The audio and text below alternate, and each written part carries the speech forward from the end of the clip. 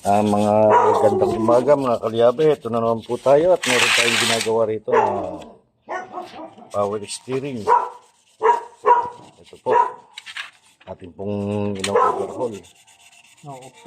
Ino-opera po natin para ito ay gumana uli. Kasi ayaw nang bumumba.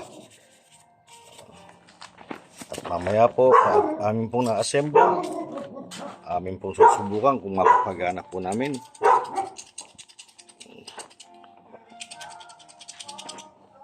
Ayan po, at kasama ko po yung aking partner na magandang lalaki. Ayan po.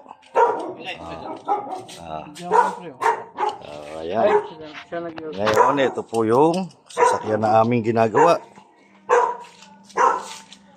Isang Mitsubishi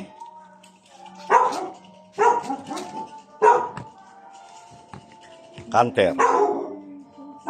Ayan po.